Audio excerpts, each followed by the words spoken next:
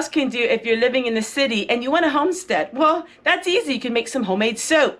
Now, before you say, wait a minute, Tessie, I'm not going to work with the lye. I'm not going to get involved in all that. There is beautiful soap kits that you can buy that is melt and pour. You can make your own soap. You don't have to mess with the lye, and you don't have to work with goggles and glasses and things like that. Today, this came to me through the thrift store I got a couple years ago, because I do make soap with a lye, but I wanted to share with you how you can make it without.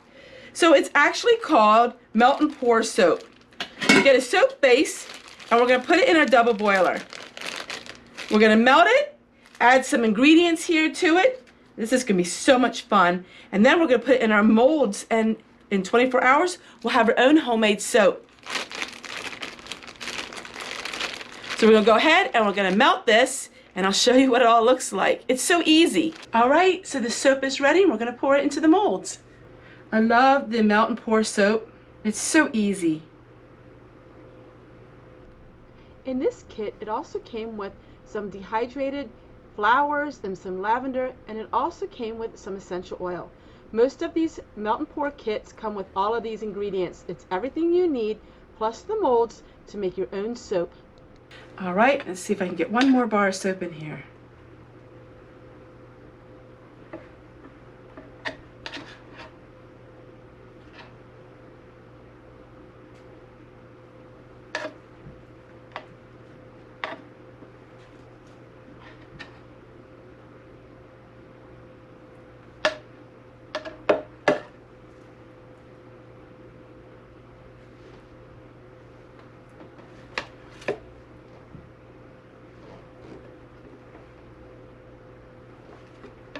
All right, there you go, everyone. We'll wait 24 hours and we'll take them out of the molds. So 24 hours later, the soap is finished. Isn't that a pretty bar of soap?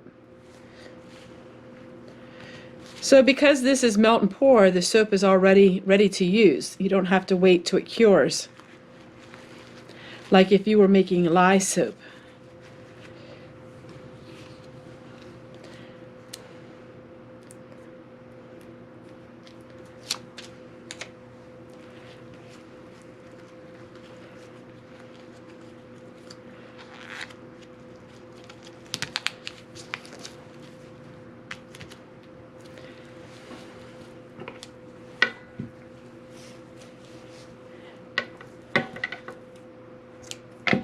So things like making homemade soap, you can have no matter where you live. So if you're in the middle of the city in a high-rise building, you can make soap, you can sew, you can make candles, you can work with herbs, make your own salves and lotions.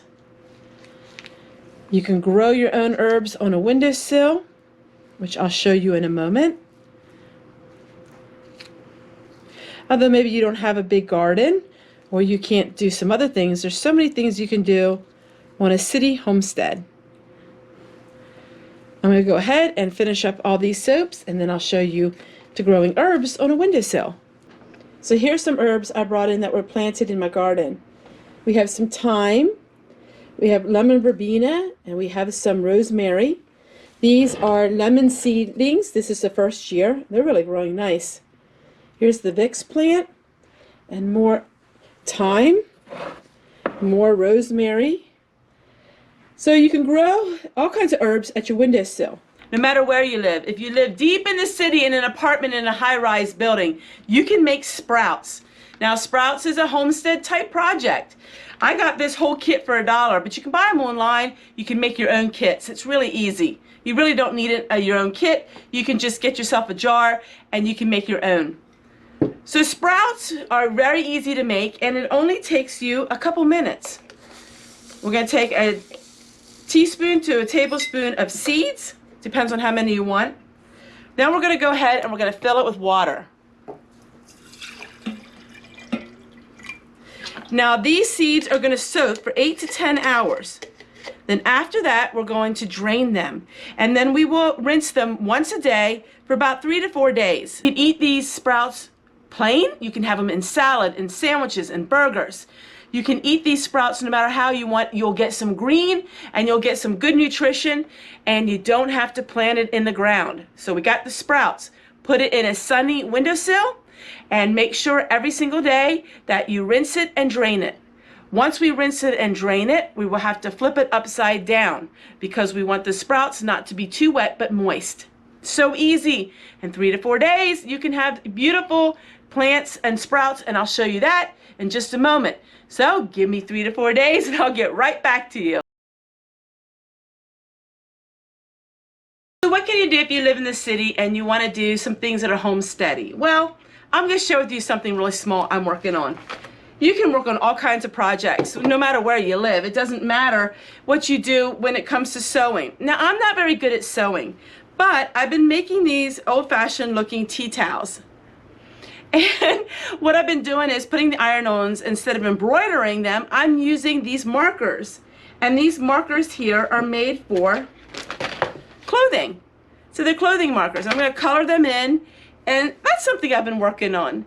Now, that's not necessarily homesteady, but yet it's bringing back an old-fashioned way of living. And homesteading is pretty much an old-fashioned way to live. I mean, that's what homesteading is. And I got these embroideries for about, I think, $5 for the book. And if you like to sew, it's great to sew with this. But if you can't sew, there's always other things you can do.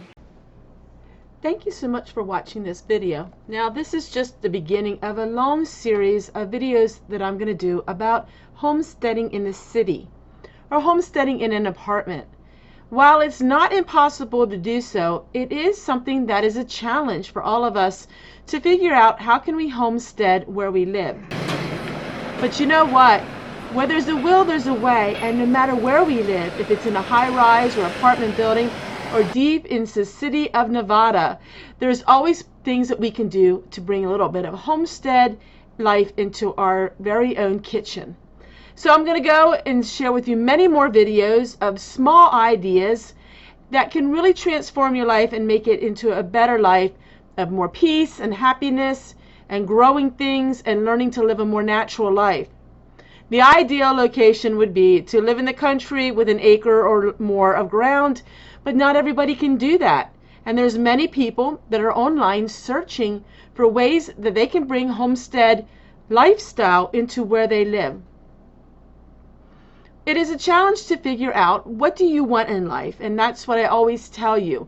What are you seeking? What do you want in life? What are your goals? You need to write your goals down, and then one by one you can check them off. I believe that we should dream small. Everybody tells you to dream big, but I think you should start out dreaming small.